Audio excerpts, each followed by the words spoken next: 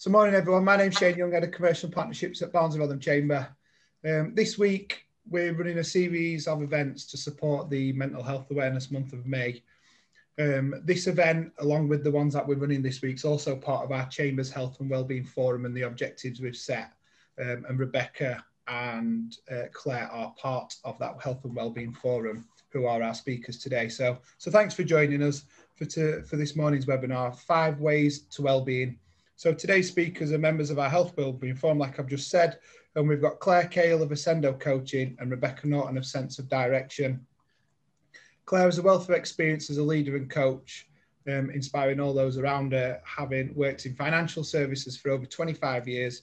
Claire's got many qualifications, accolades and awards also to her name, and I'm sure she's going to give you a bit of an update on herself a little bit later. We also have Rebecca, who's got a wide range of experience to draw upon from many roles that she's studied, worked and volunteered in. She's got a passion for personal development, and in 2018 she was shortlisted for the Best Newcomer at the Coaching Academy International Awards. So congratulations on that, Rebecca. So before I pass them over to them both, I'd like to let you know, like we always do, this webinar is being recorded and we're going to be sending it out to our Chamber network through social media, YouTube and on the website afterwards. All participants might be muted depending on how Rebecca and Claire want to play it. However, if you've got any questions and you want to put the speakers on the spot, so to speak, please pop them in the conversation chat box or raise your digital hand and we can pick them up as we go.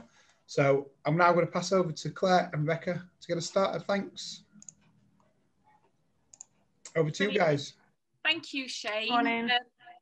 I feel like I don't need to do an introduction because Shane did the introduction so well. So yeah, my name is Claire Cahill and I'm an executive confidence and leadership coach. I've known Rebecca for some considerable years now, with us both training with the Coaching Academy, and we've collaborated on projects before. So I'm absolutely delighted to be in the room with Rebecca again today, co-delivering with her. So I'll let Rebecca introduce herself. Thank you very much. Yeah, delighted to be a part of this again and working with Claire. So I'm a life and wellbeing coach, particularly interested in the outdoors. Those of you who follow me on social media will always see that I'm out and about on walks and out in nature and stuff. So a big believer in the power of outdoors to help us with our creative thinking and finding solutions. So this is a perfect opportunity to share some of that this morning with you. Yeah, so what we're going to be doing today is when me and Rebecca deliver workshops, we always like it to be interactive, so please feel free to pass any comments in the chat box, answer questions that we might have in the chat box, ask any questions, and between us we'll keep an eye on that. So we sent out a workbook ahead of today which we're going to go through, and we just invite you and encourage you to complete the workbook. It's yours, it's completely confidential, and you share with the group what you want to share with the group. So we're going to complete the 5 Ways to Wellbeing wheel, which is on the 3rd page of your book, and that will give you a good visual indication as to where you are against each of the 5 areas. And between me and Rebecca, we're going to go through each of them. We'll also invite you to think about, whilst you're doing your reflection, what are the things that you need to stop doing because it's not helpful to your health and well-being? What are the things that you need to start doing? So Lindsay gave a great example today of getting women into cricket. So it might be that some of you think, actually, I can go along on Monday, join the cricket, and that's something that I'm going to start doing. Or there might be things that you think, actually, I want to continue doing because this is really, really helpful to my well-being. And we just invite you to capture that on the 4th page of the book under the start, stop and continue. And then as we go along, we'll just invite you to write 3 things down that you're going to commit to action from each areas of the wheel. So we're going to start on connect.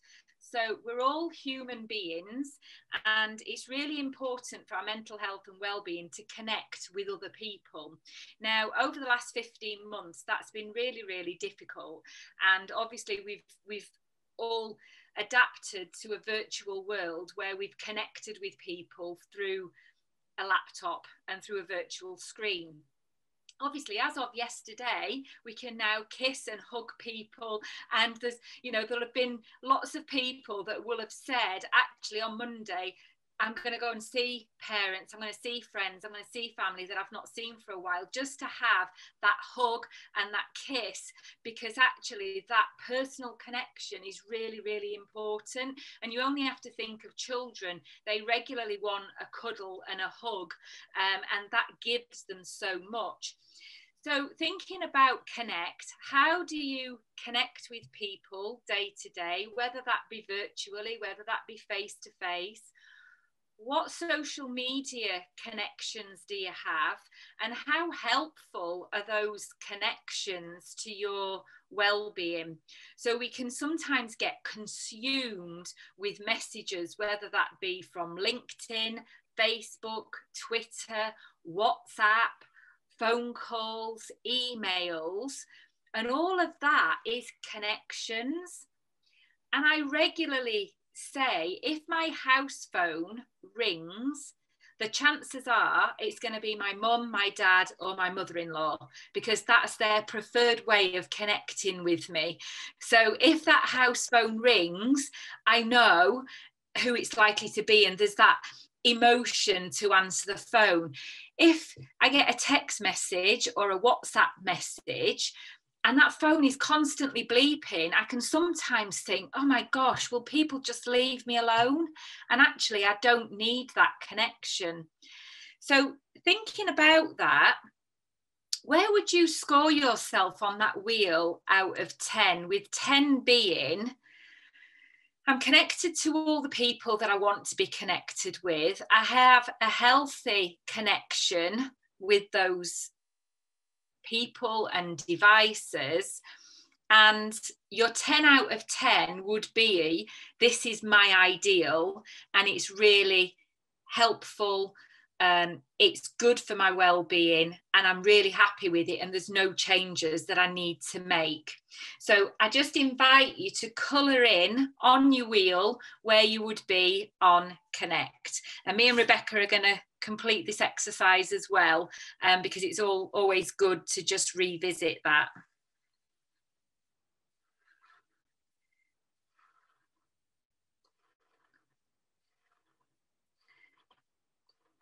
So Rebecca, I don't know if you've got anything that you wanted to add to that connect, or if there's anything from the group that you want to add, that it sparked something for you. I think you mentioned some really good points there, and I think it's worth considering whether your connections feel sort of that deeper level connection. So although we might be getting all these messages constantly, it doesn't necessarily mean that we've got a really good connection with somebody. So is it a good connection that you've got with somebody? Is there somebody that you could talk to about different things? And I think looking at your network of people, who could you contact if you had a problem with this, or if you wanted to discuss that? And sometimes we have a range of people. It's like having that social support network. So who would you contact if you had a particular problem around X, Y, or Z? I think that's often a good way of checking where your level of connection with people as well. 10 is the outer ring, Tina.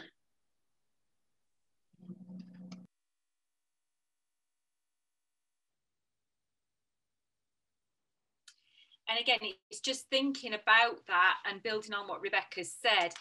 Does that then stir anything for you of, actually, this is what I need to stop, this is what I need to start, and this is what I need to continue? So for me, I'm going to continue answering the house phone when it rings, because I know that the chances are that's going to be my mum, dad, or my mother-in-law. I'm going to stop engaging in conversations with people that I don't necessarily have that deeper connection with, but I'm going to start to engage in conversations with people who I want to build that deeper connection with, and I might arrange to have a face-to-face meeting with them so that I can get to know them outside of a Zoom meeting.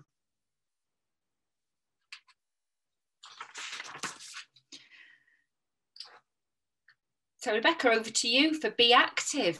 Thank you very much. And just a note on your circle, sorry, maybe should have explained it a bit more. So that, don't know whether you can see. So you can either colour it in solid or you can just pop a line round. The other thing that's useful to do is put today's date on it, and then we're going to encourage you to review this in maybe a couple of weeks' time as well, so you can see you monitor your changes and things. So, yep. So moving on to be active. Again, if I can just have you think about what would your current score out of 10 be? And I'd like you to think about, when we're talking about being active, it's not necessarily meaning exercise. So being active doesn't have to be formal exercise. Any physical activity is good. So what we're aiming for is something that's going to get us heart to raise, make you a bit warmer, and we're aiming for about 150 minutes of moderate exercise a week, split over the week. So something that's going to work your muscles and maintain your strength is good as well. So as we get older, that is one of the main things that we lose as adults, is our strength. And I have to say, I've noticed that as well. You know, can you open your bottle of pop or whatever it is, can you open those jars without having somebody else to be there and do it for you? So it is quite interesting. So think of ways that you can increase your strength, and also things around your cardio as well. I think sometimes we forget about the poor old muscles there. The other thing is making it fun as well. You know, a lot of people don't do exercise because they see it as a chore, they see it as something that they have to do or should do. But actually exercising and being active can be really great fun. And I'm a big advocate for this. I love being outdoors. But it's the case of finding something that you enjoy, you know, trying lots of different things until you found something that's fun, including friends or family with you as well. So, you know, getting other people to join you, that can make it a really great way. And that increases the social aspect as well. It's a really great way to connect with people. So, you know, you're killing two birds with one stone there. Get out, you know, have a walk with somebody and get your exercise in at the same time. And trying to incorporate some variety as well. So what we're aiming for with being active is a healthier lifestyle, not just saying, right, I'm going to go to the gym twice a week or whatever it is, because sometimes that can be more difficult to sustain. If you incorporate things into your routine on a daily basis, then it's much more likely that you will stick to it as well. And being active is so important for our health overall, not just our physical health, but our mental health. Being physically active enables us to be resilient. It's a good way of relieving stress, anything like that as well. So the aim is that we, like I said, is by making it part of your daily routine or part of your lifestyle, it's something that you're going to continue to do. It's not going to be something that goes out the window when you get a bit busy or you lose your, you know, you go on holiday or whatever. It's something that you will just continue to do because you enjoy it and because it's just part of your routine. It would feel odd not to do that. And as you can guess, I'm a big advocate for getting outside as well and going out for a walk. You know, walking is fantastic. You don't need any special equipment. Anybody can do it. You can adjust the length to suit the time available. All you need is a comfortable pair of shoes, probably a good waterproof in this country as well, just in case, because you never quite know what the weather's going to be like. So I've got a couple of ideas for you that you might want to try, or if you struggle with this. But walking at lunchtime, you know, take a break from your work. Sometimes people will say, you know what, I ain't got time for a lunch break. Well, my counter argument to that is you haven't got time not to have a lunch break. You're actually more productive if you take a break and come back to something because you're refreshed. If you keep trying to go on and not take a break, you will just get tired, you're going to procrastinate, and you're not going to be doing your best work. So actually taking a break is really important, and if it's an active break, it's even better. Walking to work if you can, or before work, is a good way to set you up for the day as well. I do find that if I'm active in the morning, if I go for a jog or a walk before I start work, then my day is generally better. It's just, and I know I've done it then, I don't have to worry and think after work, oh, I can't be bothered or whatever. So it's a really good way to set you up for the day.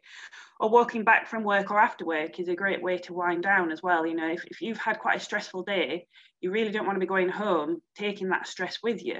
So by doing a little bit of activity or a walk, it helps you to disperse some of that stress, helps you to process things so you can go home and be with your family in a good way, rather than taking that grumpiness with you. Another option is maybe standing while making phone calls, or get a standing desk. That's really popular now, is a lot of people getting those standing desks. It just engages your muscles in a different way.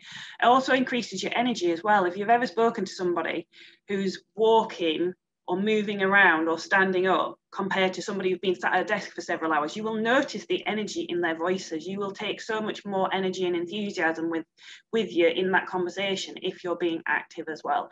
And that's something that I've been doing over the last year, is going out and having, you know, walking telephone calls wherever possible. And also, and the same with that is walking meetings as well. You know, it doesn't have to be, now we've got the restrictions lifted, why not meet up with somebody and go for a walking meeting? Again, it's a really great way of connecting with somebody. It gets you out of the office, it gets thoughts and things flowing in a different way. So if you've got a one-to-one with somebody, go and meet them for a little walk or something and be active in that. It's about changing our mindset. It's not that we can't do it, it's just, how can we do it? That's the question to ask. If I haven't got time for it, is how can I make time for it, or how can I incorporate it into my lifestyle? And just, you know, the other thing that I did last year while we were in the proper lockdown was I would turn my video camera off if I was listening to a webinar, and only when I could do it, when I wasn't having to participate, in doing some exercises, you know, jumping up and down in the background or doing a few exercises. And again, it helps you to stay engaged a lot of the time and just being present in the moment. So my ask to you is, what can you stop doing that's causing you problems with your levels of activity? What would you like to continue doing? Maybe you're doing something already that you would like to continue, or what would you like to start doing in terms of being active? And if anybody's got any tips that they would like to share as well, how do you incorporate activity into your week as it is at the moment? That'd be really great to share. Claire, have you got anything else on that? I think I was my own offender. So at the start of lockdown, when we were told we can't go out, I made sure I had my daily walk every single day. And as the world has started to wake up again, I've suddenly noticed that I'm back to back and those walks have stopped.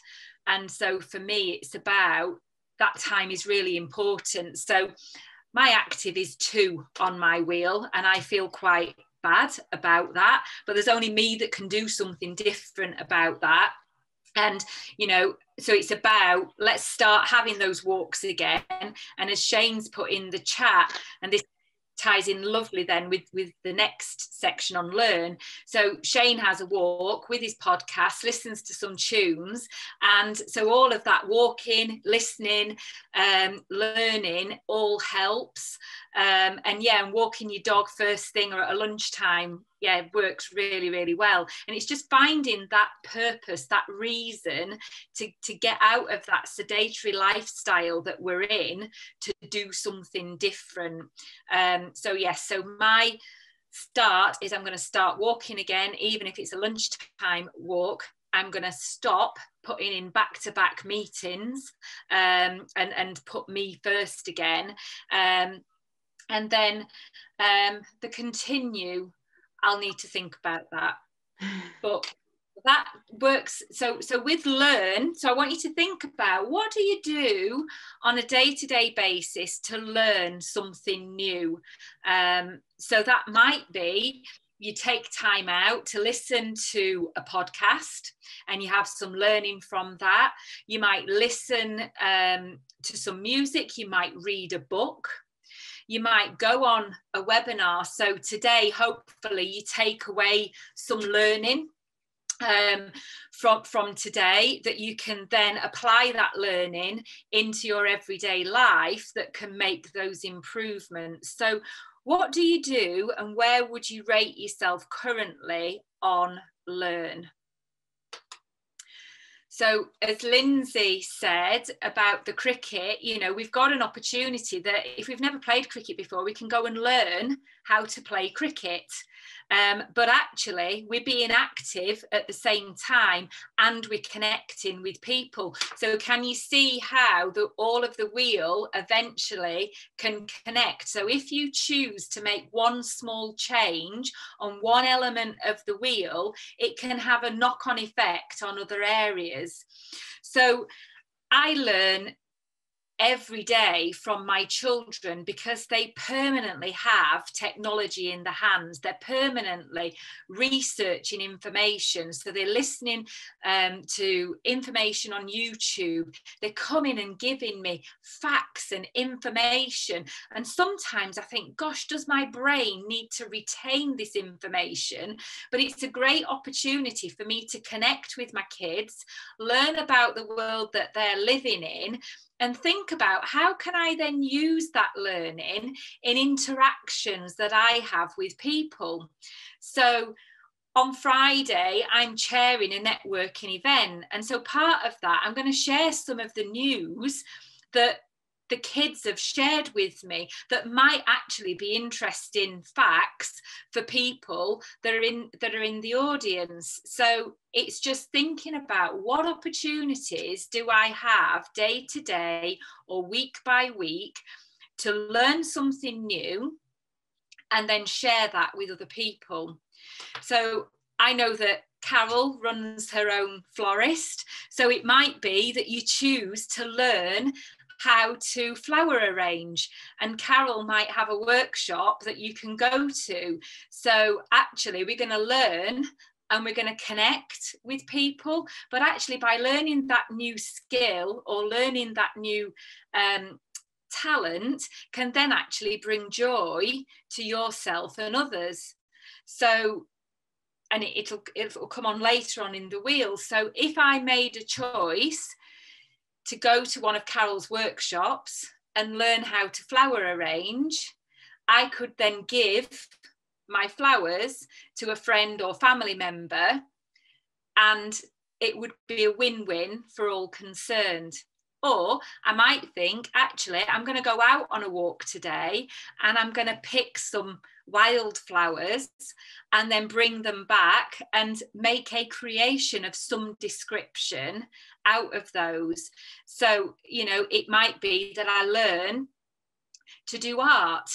I might go out on my walk and choose to take a pen and paper with me and just journal about what I'm thinking, what I'm feeling, what I'm experiencing from that activity that I'm doing. Or I might choose to draw whatever it is that I'm seeing around me on that walk, or learn to take really good photos of the activities that I'm doing.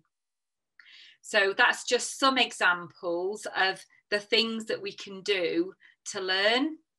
So Rebecca, I don't know if you've got anything else that you want to add. Yeah, I think it's just to remind you that learning doesn't have to be formal. I think when we say about learning, a lot of people think, oh, I need to go on a course to learn, or I need to do some reading or whatever. We can learn the whole time, you know, and it's having that sense of curiosity. I think that's where we can get that learning from. If we've got a sense of curiosity, we're going to learn something. And the other thing is, working out when you learn something, are you aiming to learn it for a specific thing? Are you wanting to change something? Or are you learning just because you enjoy it? And I think there's a difference to that, and there's no harm in either. But if you want things to change, then you have to learn, but then you have to implement it as well. So that's a big thing on that. So we're going to move on to take notice. So this bit is about, I suppose really it's about being present in the moment for me. So taking notice of your surroundings, taking notice of how you're feeling, the change in seasons. There's so much that we can take notice of. And sometimes we operate on autopilot, and that's a good thing because we can't process everything all the time. It'd be just so tiring.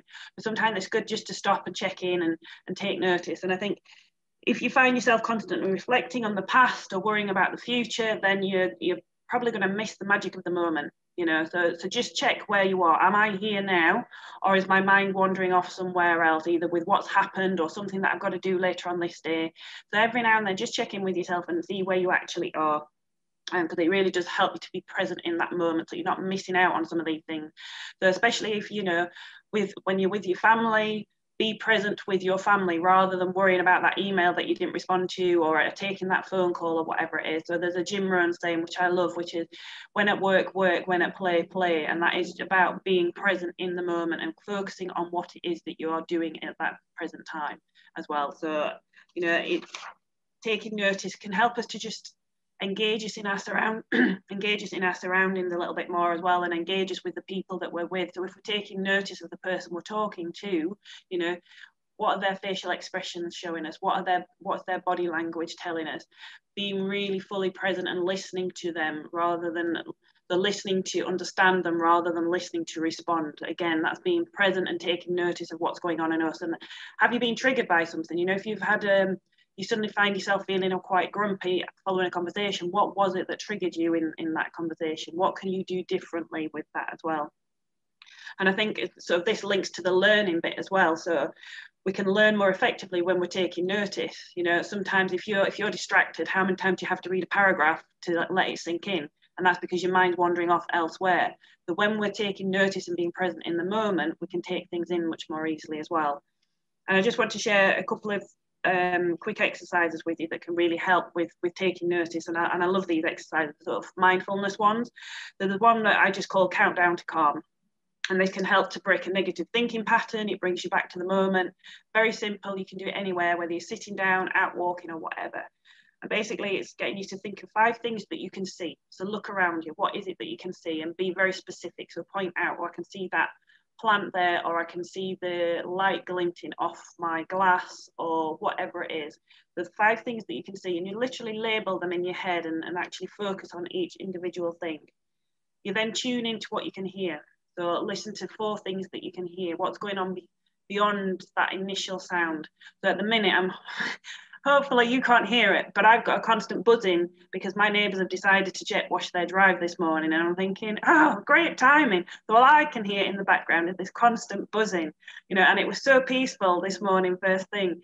So the other thing that I try and do whenever I go out walking is listen to the birds, and then I know that I'm present in the moment. And wherever you are, generally speaking, you will hear the birds. You know, really listen deeply and find 4 things that you can hear. So whether that's your own heartbeat, your footsteps, your clothes rustling, whatever it is, then it's 3 things that you can feel.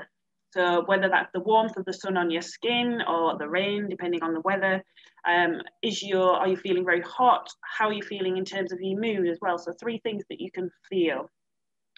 2 things that you can smell. Again, just take a couple of deep breaths and notice, are there any distinct smells, or is there nothing in particular? So again, when I go out for my evening walk and walk down my street, I love it because I get a mixture of clean laundry and people's tea, cooking and stuff. And it's really interesting because it engages you and be present in that moment. And then the last thing is 1 thing that you can taste. What's the last thing that you ate in your mouth? Or what is it that you can taste? And I just think that's a really fantastic exercise just to bring you back into the moment. It only takes a few seconds to do, or you can take longer and engage in it more as well. So it's 5 things you can see, 4 things you can hear, 3 things you can feel, 2 things you can smell, and 1 thing that you can taste. And just sort of the other exercise that I was going to quickly go through is something called stop as well. So this is another useful one. If you feel in yourself, particularly with a strong emotion, just stop. So the acronym is STOP. So the first one is stop. And then T is take a breath. Just take a breath. Take a nice deep breath, just relax, sort of take a step back. Observe what's going on. So always for observe. How are you feeling? What's actually going on? Is this your assumption? Is this something that you're thinking is going on, or is it something that is actually going on? And then the last one is proceed in a conscious and considered way. So rather than just reacting to something, how would you like to respond? So by giving ourselves that moment to step back, then we can proceed in a way that's in alignment with what we would like to do and what we actually want. And so I just find those 2 exercises particularly useful, really. So again, have a look at your wheel, and how much do you take notice already, would you say? Is that a strength of yours? Is that something that you would like to improve on? What score would you give to that?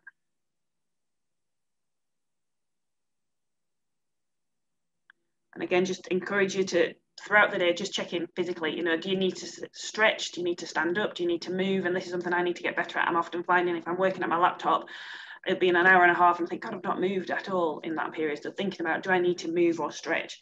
And emotionally or mentally, how's your mood? How's your energy level? What can you do to change it? So sometimes just being aware allows us to change things.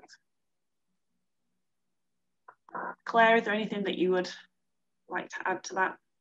No, I just really like the 2 exercises that you've shared. And I wish I'd have known about stop yesterday, because I had a really challenging afternoon, and I've just sat here reflecting of, actually, what could I have done differently in my response to yesterday afternoon, and how effective was how I behaved.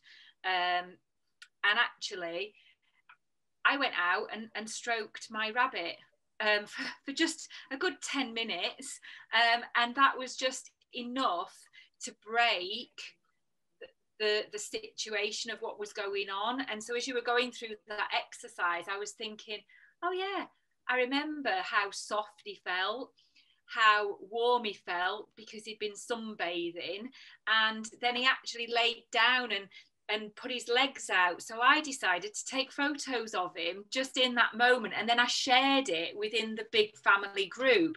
But then what happened was that then started conversations within the group, but also when my kids came home from school and said, oh, what have you been doing with Jack today? Have you not been working? Well, actually, yeah, I've been taking time out, because it's good to take time out. And I think sometimes what people can see is you're just constantly on a treadmill, constantly moving from one thing to another, not stopping.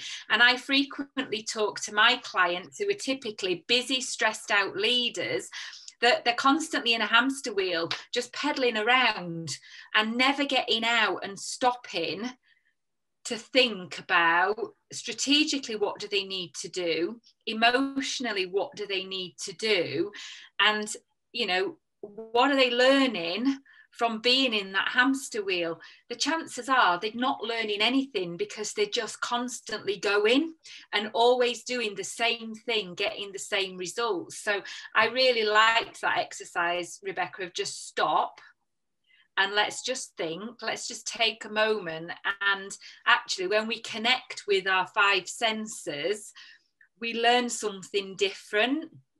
And yes, we might notice our surroundings and notice how we're feeling. And that's one of the activities that I do every day, is I write down 5 things that I'm grateful for. And, and that can be, really simple things of, I'm grateful for the fact that I had a nice meal and that's the last thing that I can taste in my mouth. I'm grateful that I've got all of my family safe and secure, sat round a table, and we're able to have a really good conversation that ended up with us laughing, because that's then good for the soul. I'm grateful for the fact that I've got a roof over my head that keeps me warm, and fresh linen. When you get in a bed with fresh linen and you smell the linen that's been out on the line, so that's really going to help me, I think, when I'm journaling now, to really connect with those senses of what am I grateful for. So thank you for sharing that, Rebecca. Brilliant, thank you. The last wheel, or the last segment of the wheel, is give and volunteer. So this is about, what do you do on a regular basis? And giving can be anything from, I'm giving my time to somebody, and actually building on notice, I'm just going to be present with them. So how often do you give somebody your undivided attention and give them the time, the energy that they deserve and you deserve? Or it might be that you give money to charity regularly. So what is it that provides for you and them by making that regular donation? You might volunteer to groups, to organisations. So I know that Rebecca's a Girl Guide. That's what she does as part of her volunteering. So by volunteering, she's connecting, she's learning, she's being active, but she's also noticing things around her. I volunteer for a local radio station as one of their directors. So by volunteering, I also give my time. So every month I'll run the accounts, I'll give support to the other directors and the presenters within that group, but it also gives me an opportunity to learn from others. It gives me an opportunity to share my knowledge and expertise, as well as giving something back to the community. We've volunteered today to deliver this webinar, but actually what we've got from delivering that webinar is an opportunity to connect with other chamber members, to learn something from other people that's in the group. And actually, if we're not connected, it provides us with an opportunity to connect afterwards and learn something more about you. Now, we all have a choice about how much time we give to something or somebody, how much time we volunteer, but it's really an important part of that wellbeing wheel, because it's about the benefits not only to you but others. You know, it can be, you know, giving those random acts of kindness. So, you know, when we're in business, how many of us know when our clients' birthdays are and just send them a birthday card? So that's giving them a card just to acknowledge that it's their birthday. Sometimes I might actually send my clients a gift as a thank you for referrals that they've made, or as a thank you for being a client. So in a coaching relationship, they might only be a client for a short period of time, but actually it's been a two-way relationship. So I've learned from them, they've learned from me, and this is my thank you back to you for giving me that opportunity. So giving can be in lots of different ways. I also think that giving can be the sharing of information. So if any of you write a blog, you're actually giving your expertise out to people that read your blogs. If you give away things for people to come onto your mailing list, you know, that's been a thank you for coming onto my mailing list. Here's a free ebook that I'm going to give you, or here's a free download that I'm going to give you. So that's all part of that giving. You know, it's then thinking about, in the community that you're in, who else could you help and support? So I know that I've gone into my local school and I've volunteered just to listen to the kids read, or just to you know, watch them deliver an assembly, and then be able to give feedback to the teachers afterwards of the impact that that experience had on me. You know, sometimes people will volunteer to be coaches for sporting activities. So that's actually giving. They're being active, they're learning, they're connecting, but they're also noticing the development of people in their groups. So hopefully that's given you a little bit of a insight into how the wheel can actually have a knock-on effect on other areas of the wheel. Rebecca, I don't know if you've got anything else to add on to give and volunteer. Yeah, I think it's like Claire's saying, I think sometimes it's thinking outside the box. So, you know, not everybody necessarily has a lot of money that they can give, and a lot of people think giving is automatically about money, but it's often our time, our skills and things. So you all got a wonderful range of skills that you've got. You know, how can you help the community around you or the people around you, and give some of your time and your skills to help other people? But it is also being very aware, and I think sort of Claire touched on this, is being aware of how much you give as well, because sometimes it's about giving to the right level. If you give too much, you'll burn out, you'll resent it.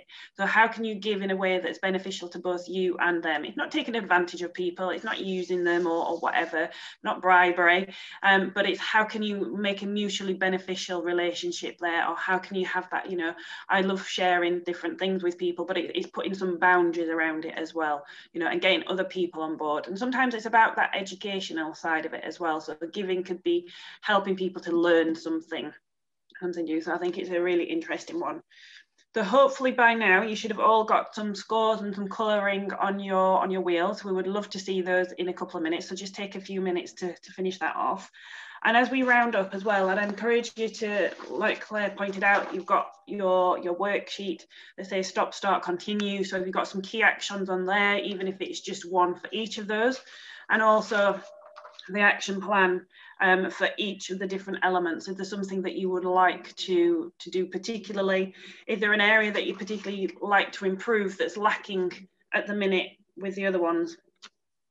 The other thing I'd encourage you to do as well is sometimes the reason we don't make changes is because we perceive there are too many barriers. So thinking about what are the barriers or the challenges you might face. So like that, sometimes being active, people think, oh, I haven't got time to be active, I haven't got time to go and do some exercise or whatever. Recognize what you think your challenges are, your barriers are, but then think of how can you overcome those. You know, the changes are only going to happen if you make them happen. It's all right writing down some of these intentions and things, but how will you implement them? who do you need to get on board to help you with some of these things? You know, do you need to find a buddy to go out for a walk with, or to go swimming with, or whatever it is? Who can you be accountable to and with? And just thinking, so by thinking in advance what some of these challenges or barriers might be, then you can plan to overcome them as well. Because often when we get busy, some of these things go out the window. You know, a lot of these things are to do with that self-care element of it. So, and when we get busy, that's the one that will drop off the end. And that's when we need to really incorporate them. That's when it's most important, is when we're busy, we need to be connecting with other people to get that support. We need to be active to keep us resilient. You know, we need to keep taking notice of what's going on so we're not getting burned out and stuff like that as well. So we'd love to see your wheels in a moment if you want to hold them up and hear any of your thoughts, any of your questions, any of your suggestions or your tips as well. That would be really helpful. And like I said, if you put a date on your wheel, take some of these actions, make some changes, and then come back to it in a month or 2 months and see what difference your scores are as well. Claire, is there anything else you would add to that? I was just curious as to what the group takeaways were. So please feel free to either talk to me and Rebecca and share one takeaway from today that you're going to do differently, or share it in the chat. And that might be, you know, for me, mine would be about being active. So my takeaway is I'm going to start having those daily walks again. And even if that means that I build it in and a lunchtime and I make myself a sandwich and I take my sandwich down to the local park, so then I've walked down to the park. So I'm still having that time. And that will then help me move that be active up on my wheel, because like I say, that's currently a 2, which for me is just too low when I was active at the start of lockdown. Maybe I just need somebody to tell me that I can't do it, and then I like to just prove them wrong. So maybe that's what I need in my life, is just tell me, Claire, you can't do it, and I'll just find a way to prove otherwise that I will do it.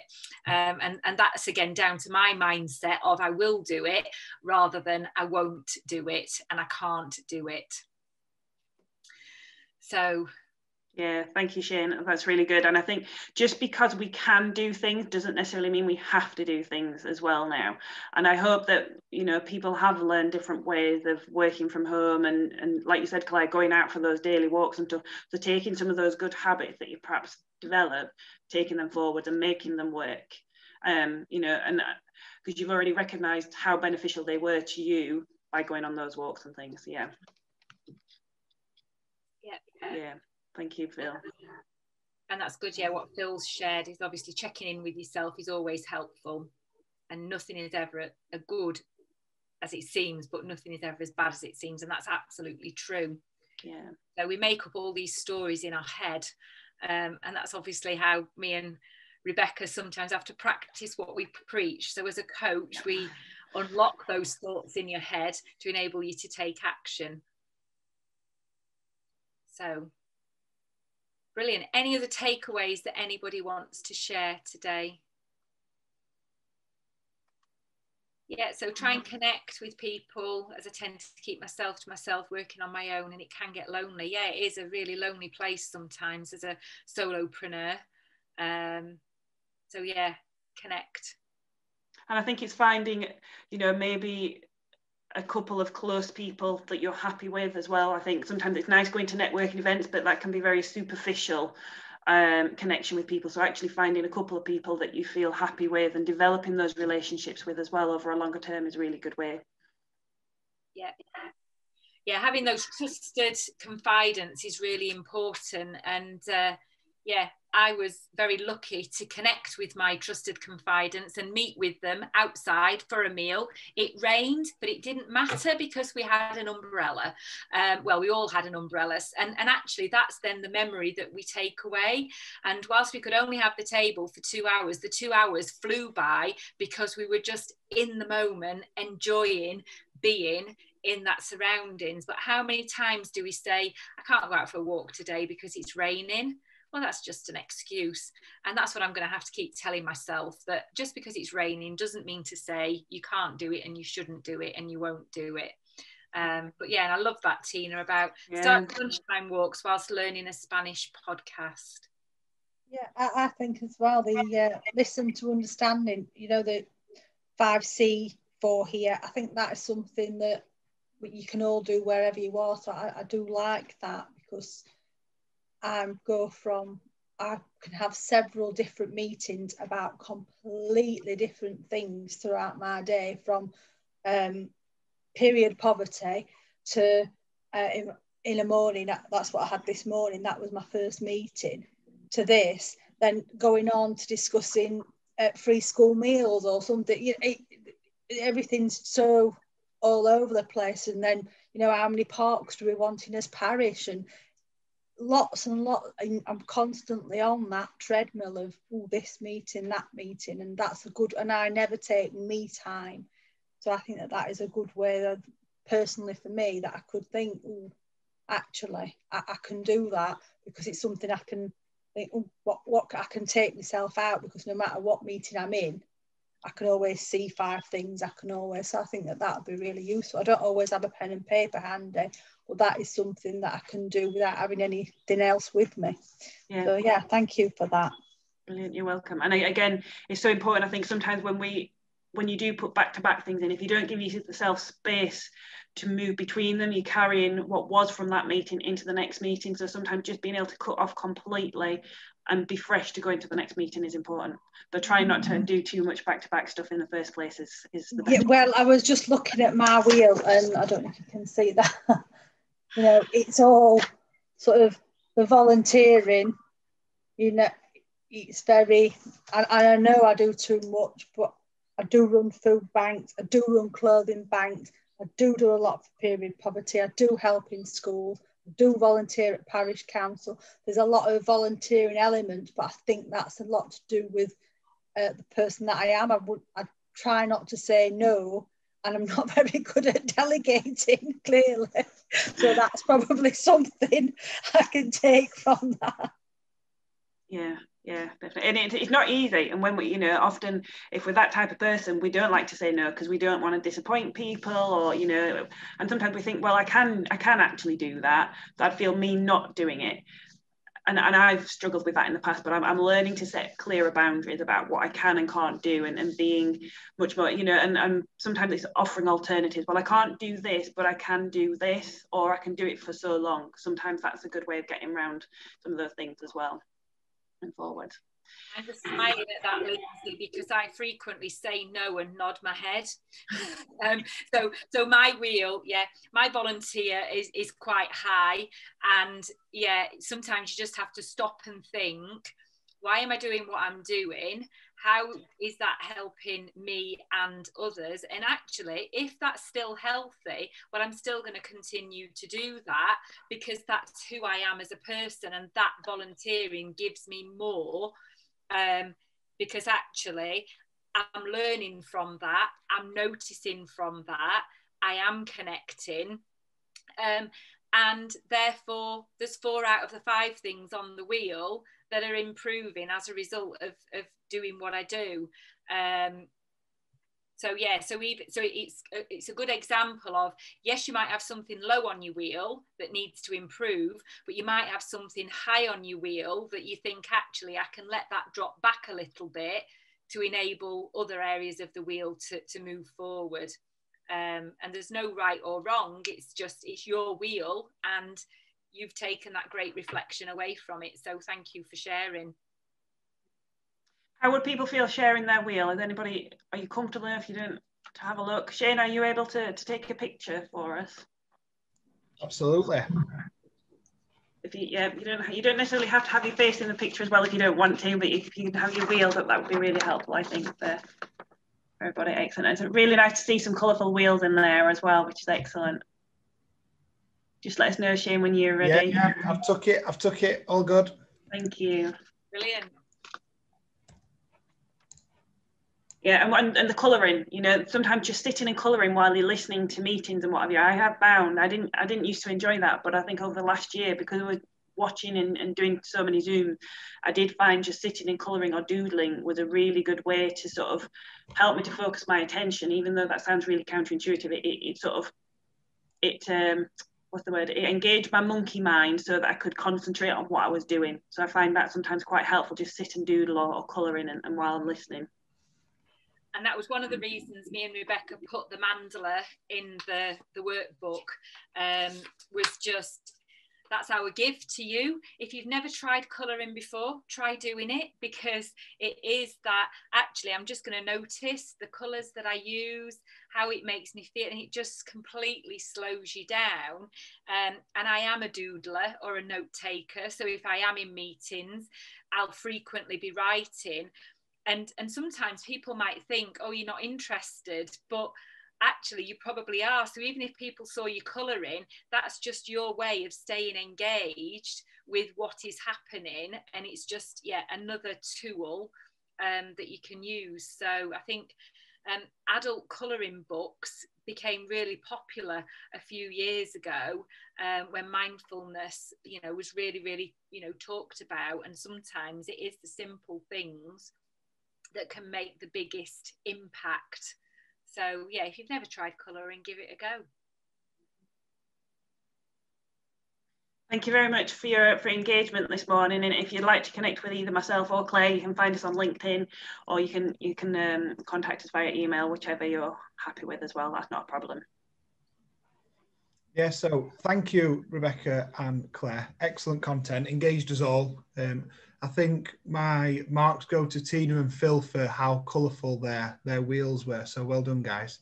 But joking apart, I will be following up from this with a thank you, and also I'll be sharing the photo that we've put on, and I'll also be copying in Rebecca and Claire, because if you do want to pick anything up offline away from this meeting, then absolutely they're more than happy to discuss things with you in terms of the areas that they can support you on. So thank you for this morning, everyone. Please take care. We have got another event on Friday taking place, which is part of the Mental Health Awareness Month, which is going to be hosted by Ches, the Stress Master, and Mike, who's a holistic therapist, and that's going to be basically on time for transition. So they've got a lot of engaging content on there. So if you can join us, I'll put the link in the follow-up email, and that'd be great. So thanks, everyone. Enjoy the rest of your week, and please take care. Thank you. Thank you, everybody.